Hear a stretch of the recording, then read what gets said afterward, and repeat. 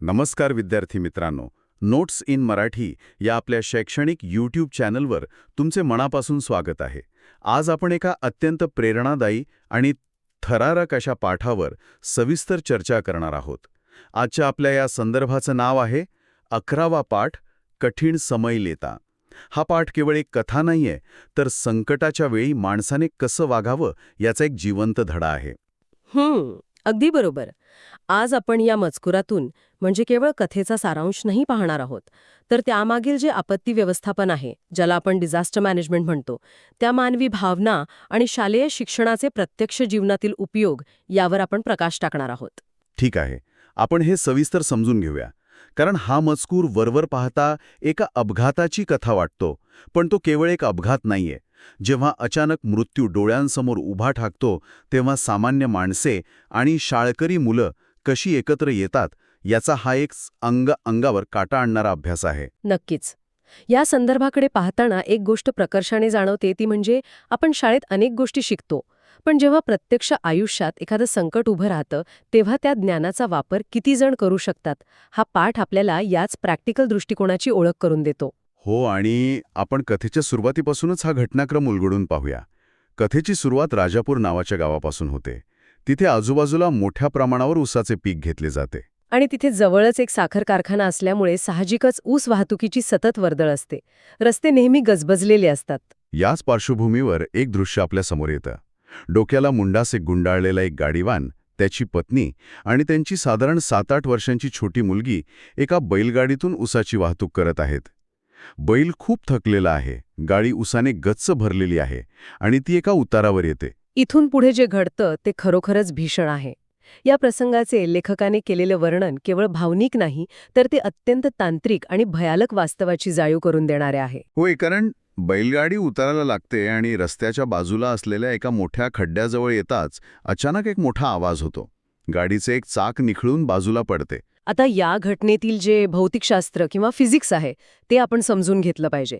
उसाने पूर्ण भरलेली ती गाडी वजनाने प्रचंड जड असते. चाक निखळल्यामुळे ती एका बाजूला वेगाने कलते आणि दुर्दैवाने त्या गाडीवानाची पत्नी थेट त्या खड्ड्यात कोसळते. बापरे. आणि सर्वात भयानक गोष्ट म्हणजे गाडीवरील उसाचं सर्व जड बांधं थेट तिच्या अंगावर कोसळतात. अगदी. हे ऐकतानाच काळजात धस्स होतं. क्षणापूर्वी सर्व काही सामान्य होतं आणि एका सेकंदात होत्याचं नव्हतं झालं. खरंय. गाडीवर बसलेली ती छोटी मुलगी झटक्याने एका बाजूला फेकली जाते. दुसरीकडे गाडी उलटल्यामुळे बैलाच्या गळ्याला अचानक फास बसतो. तो प्राणीही तिथे तडफडत असतो. आणि त्या गाडीवानाची अवस्था तर शब्दांच्या पलीकडची आहे. तो स्वतः कसा तरी सावरून जमिनीवर येतो आणि सखू सखू करत आपल्या बायकोला शोधायला लागतो. पण तो खड्डा आणि त्याची पत्नी उसाच्या त्या महाकाय ढिगाऱ्याखाली पूर्णपणे झाकले गेले आहेत.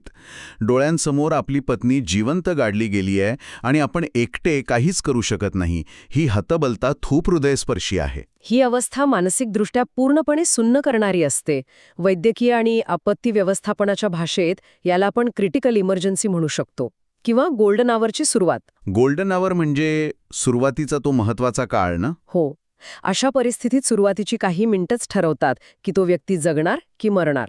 बैलाचा जीव धोक्यात आहे, एका महिलेचा श्वास उसाच्या वजनाखाली गुदमरतोय आणि एक लहान मुलगी प्रचंड शॉकमधून जात आहे. त्या गाडीवानावर कॉग्निटिव्ह ओव्हरलोड झाला आहे. म्हणजे त्याला काय करावं हेच सुचत नाहीये. पण इथे ज्या घटनेला एक अत्यंत अनपेक्षित आणि निर्णायक वळण मिळतं. नेमक्या याच वेळी 2 तरुण मोटरसायकलवरून त्या रस्त्याने जात असतात. ते कारखान्याकडे निघालेले असतात. आता सामान्यतः रस्त्यावर अपघात झाल्यावर लोक काय करतात? गाडी थांबवतात, बग्यांची गर्दी करतात. पण प्रत्यक्ष मदतीला कोणीच पुढे येत नाही. अगदी बरोबर. पण या 2 तरुणांनी जे केले ती खऱ्या अर्थाने गेम चेंजर कृती होती. त्यांनी गाडी थांबवली आणि सर्वात आधी जाऊन त्या तडफडणाऱ्या बैलाचा फास सोडवला.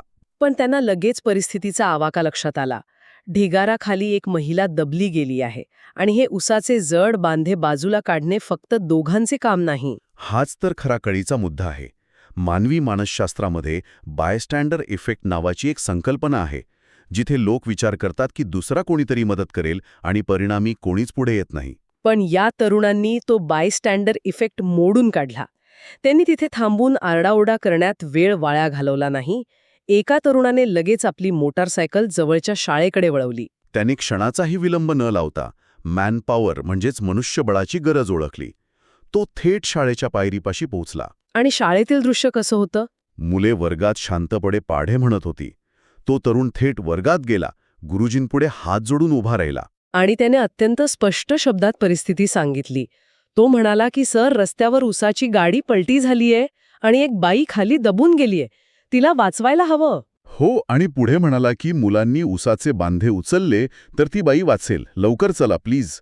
वेळेचं महत्त्व ओळखून थेट मदतीची याचना करणे हे किती प्रभावी होतं. याला आपण क्रायसिस कम्युनिकेशन म्हणतो.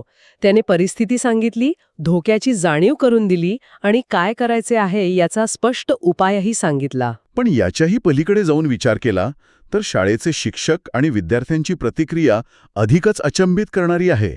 या प्रसंगामुळे अंगावर काटा येतो. होय, शिक्षकांनी क्षणाचाही विचार न करता मुलांना सूचना केली आणि सर्व विद्यार्थी एखाद्या वादळासारखे वर्गाबाहेर आले.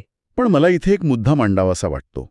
एवढ्या मोठ्या ट्रॅफिकमध्ये आणि गोंधळात 7-8 वर्षांच्या शाळकरी मुलांना रस्त्यावर घेऊन जाणं हे एका शिक्षकासाठी खूप मोठं रिस्क नव्हतं का? हा अत्यंत रास्त प्रश्न आहे. जर दुसरी एखादी गाडी तिथे वेगाने आली असती तर मुलांच्या जीवालाही धोका निर्माण झाला असता. आणि म्हणूनच शिक्षकांनी तिथे दाखवलेलं लीडरशिप किंवा नेतृत्व महत्वाचं ठरतं. त्यांनी मुलांना फक्त रस्त्यावर सोडलं नाही तर त्यांच्यात कामाची अचूक विभागणी केली. अगदी.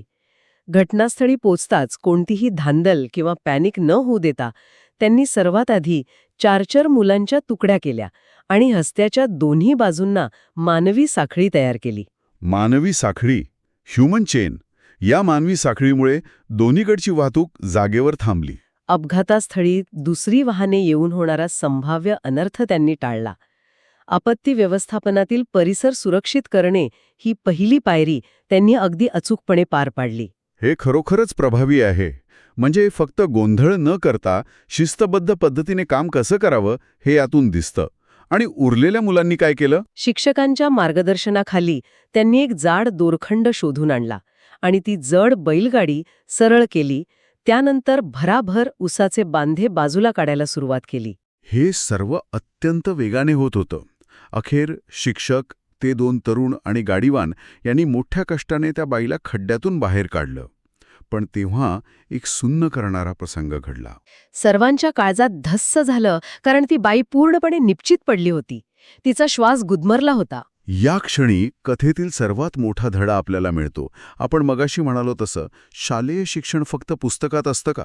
नाही, आपण शाळेत विज्ञानाच्या तासाला प्रथमोपचार शिकतो, पण ऐन वेळेवर जेव्हा एखाद्याचा जीव जात असतो तेव्हा ते ज्ञान प्रत्यक्षात आणणं महत्वाचं असतं.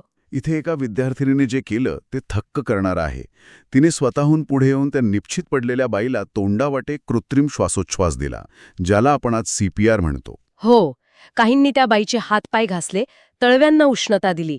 ही मुले डॉक्टर नव्हती, त्यांच्याकडे कोणतीही वैद्यकीय उपकरणे नव्हती, पण त्यांच्याकडे जीव वाचवण्याची व्यावहारिक समज आणि तत्परता होती. आणि या व्यावहारिक ज्ञानाचा विजय झाला. बऱ्याच प्रयत्नानंतर त्या बाईच्या शरीरात थोडी हालचाल दिसू लागली. जेव्हा ती शुद्धीवर येऊन वेदनेने अय्यो म्हणाली आणि तिच्या भेदरलेल्या छोट्या मुलीने तिला घट्ट मिठी मारली. तो प्रसंग डोळ्यासमोर आणला तरी डोळे पाणवतात.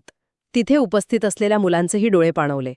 त्यांना त्या अनोळखी बाईमध्ये स्वतःची आई दिसली असावी. संकटात सापडलेला माणूस आपला कोणीही नसला तरी त्याची वेदना समजून घेणे आणि त्याच्यासाठी धावून जाणे हीच सर्वोच्च भावनिक जोड आहे. सहवेदना आणि समाज म्हणून आपण कसं वागतो याचं हे एक सुंदर चित्र आहे. पण आपत्ती व्यवस्थापनाचा प्रवास इथेच संपत नाही. जीव तर वाचला, पण आता त्या जखमी महिलेला तातडीने रुग्णालयात कसं न्यायचं? इथे पुन्हा एकदा समाजाची साखळी कशी काम करते ते दिसतं. मुलांनी रस्त्यावरून जाणारी एक सुमो गाडी थांबवली आणि तिचं ॲम्ब्युलन्समध्ये रूपांतर करण्यात आलं. हो, जखमी मायलेकी, गाडीवान, एक तरुण, शिक्षक आणि 4 विद्यार्थी त्या गाडीत बसले. पण या प्रवासात मला सर्वात कल्पक गोष्ट कोणती वाटली माहितीये? त्या तरुणाच्या बाईकवर एक विद्यार्थी मागे बसला आणि त्याने लाल रंगाचा रुमाल एका झेंड्यासारखा हलवत पायलट म्हणून सुमो गाडीच्या पुढे मार्ग काढण्यास सुरुवात केली. ट्रॅफिक क्लिअर करण्यासाठी एखाद्या सायरनसारखा त्या लाल रुमालाचा केलेला वापर हा अत्यंत कल्पक उपाय होता. साधनसामुग्री नसतानाही उपलब्ध गोष्टींचा प्रभावी वापर कसा करावा हे यातून शिकायला मिळतं. आणि याच वेळी घटनास्थळावर दुसरीकडेही तितकंच महत्त्वाचं काम सुरू होतं. शाळेचे मुख्याध्यापक आणि इतर मुलं तिथे पोहोचली होती. एका विद्यार्थ्याने कापसाच्या बोळ्याने आणि आयोडीनने त्या जखमींचे रक्त पुसून प्राथमिक मलमपट्टी केली. त्या महिलेच्या हाताचे हाड बहुधा फ्रॅक्चर झाले असावे, कारण ती वेदनेने विव्हळत होती. पण मुलांनी तिथेच दिलेला हा प्रथमोपचार अत्यंत मोलाचा ठरला, ज्यामुळे पुढील इन्फेक्शन टळले असावे. आणि पुढे रुग्णालयात जे घडले ते केवळ वैद्यकीय मदतीपुरते मर्यादित नव्हते, तर ते माणुसकीचे एक वेगळेच शिखर होते. मगाशी आपण ज्या 2 तरुणांबद्दल बोललो, त्यांनी आधीच कारखान्याच्या अधिकाऱ्यांना फोन करून अपघाताची माहिती दिली होती. त्यामुळे अधिकारीही तातडीने रुग्णालयात पोहोचले. आता त्या गाडीवानाच्या मानसिक स्थितीचा विचार करा. तो आधीच उसणवारी आणि कर्जामुळे खचलेला होता. गरिबीच्या ओझ्याखाली दबलेला माणूस आणि वरून हा भयानक अपघात. आपल्या बायकोच्या उपचारांचा दवाखान्याचा खर्च आपण कसा पेलवणार या नुसत्या विचारानेच तो आतून पूर्णपणे तुटला होता. अशा वेळी माणसाला केवळ वैद्यकीय मदतीची गरज नसते, तर त्याला भावनिक आणि प्रशासकीय आधाराचीही नितांत गरज असते. कारखान्याच्या अधिकाऱ्यांनी त्याला जो आधार दिला तो खूप महत्वाचा होता. अधिकारी म्हणाले की घाबरू नका, दवाखान्याचा आणि तुझ्या कामाचा खर्च आम्ही पाहू. या एका वाक्याने त्या गाडीवानाच्या मनावरचे एक प्रचंड मोठे ओझे एका क्षणात उतरले. आणि म्हणूनच भारावून जाऊन त्या गाडीवानाला हुंदके अनावर झाले. त्याने कृतज्ञतेने अधिकाऱ्यांचे आणि गुरुजींचे पाय धरले. एक माणूस संकटात असताना दुसरा माणूस त्याच्या पाठीशी कसा ढाल बनून उभा राहू शकतो, याचं हे एक जिवंत आणि आशादायी उदाहरण आहे. ही माणुसकीची सर्वात सुंदर बाजू आहे. आता आपण या संदर्भाच्या शेवटाकडे आणि त्यातील एका रहस्य भेदाकडे वळूया. मगाशी ज्या 2 तरुणांनी अत्यंत निस्वार्थीपणे मदत केली ते प्रत्यक्षात कोण होते? ते पत्रकार होते. त्यांनी या अपघाताची सविस्तर बातमी फोटोंसह वृत्तपत्रात छापली. आणि त्या बातमीचा परिणाम असा झाला की मुलांच्या आपत्ती व्यवस्थापनाचे सर्वत्र कौतुक झाले. समाजामध्ये एक सकारात्मक आदर्श कसा हेवावा हे या पत्रकारितेतून दिसून येतं. पण आपला हा संदर्भ फक्त या कथेवर थांबत नाही. पाठाच्या शेवटी दिलेला भाषिक आणि व्याकरणाचा भागही या कथेइतकाच महत्वाचा आहे. मला नेहमी वाटतं की भाषा आणि भावना यांचा खूप जवळचा संबंध असतो. जेव्हा आपण अशा आणीबाणीच्या प्रसंगातून जातो तेव्हा ते व्यक्त करण्यासाठी आपल्याला भाषेचीच गरज असते. तंतोतंत पाठाच्या शेवटी वाक्प्रचारांचा योग्य वापर कसा करायचा हे शिकवले आहे.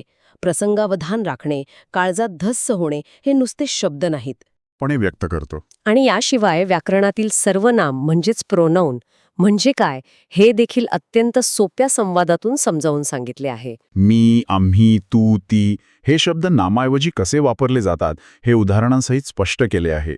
भाषेचे नियम असे प्रत्यक्ष उदाहरणांमधून शिकले की ते अधिक चांगले लक्षात राहतात. आणि यासोबतच आणखी एक महत्वाचा भाग शेवटी जोडला आहे, तो म्हणजे सार्वजनिक ठिकाणी असलेल्या सूचनांचे फलक वाचणे आणि पाळणे. येथे थुंकू नये, कचरा टाकू नये सारखे फलक आपल्याला सामाजिक शिस्तीची आठवण करून देतात. म्हणजे एका बाजूला अपघात आणि संकट काळात दाखवायचं प्रसंगावधान आणि दुसरीकडे दररोजच्या जीवनात पाळायची साधी सामाजिक शिस्त, असा हा दुहेरी संगम आहे. म्हणजे थोडक्यात सांगायचं तर हा संदर्भ केवळ एक कथा नाही, तर भाषा, व्याकरण, संवेदनशीलता आणि व्यावहारिक ज्ञान यांचा एक परिपूर्ण संच आहे. आजच्या या सखोल चर्चेतून आपण पाहिलं की संकटाच्या वेळी घाबरून न जाता उपलब्ध साधनांचा आणि मानवी साखळीचा वापर करून जीव कसा वाचवता येतो. पुस्तकी ज्ञान जेव्हा कृतीत उतरते तेव्हाच ते खऱ्या अर्थाने सार्थक होते. अगदी बरोबर. आजच्या चर्चेच्या शेवटी एक विचार नक्की करण्यासारखा आहे. जर आज अचानक आपल्या डोळ्यांसमोर असा एखादा प्रसंग घडला तर आपण काय करू? आपण केवळ बघ्यांची भूमिका घेऊ की त्या शाळकरी मुलांसारखे आणि पत्रकारांसारखे मदतीसाठी पुढे सरसावू? आजकाल आपण पाहतो की अपघात झाल्यावर लोक मदतीला पुढे जाण्याऐवजी सर्वात आधी आपला मोबाईल काढतात आणि व्हिडिओ रेकॉर्ड करायला सुरुवात करतात. ही बघ्याची भूमिका आपली माणुसकी हिरावून घेत आहे. आपल्या सभोवतालच्या जगात आपण स्वतः एक मदतीचा हात कसा बनवू शकतो यावर नक्की विचार करा. आजच्या या विश्लेषणात सहभागी झाल्याबद्दल धन्यवाद. वाचन करत रहा आणि नवीन गोष्टी शिकत रहा.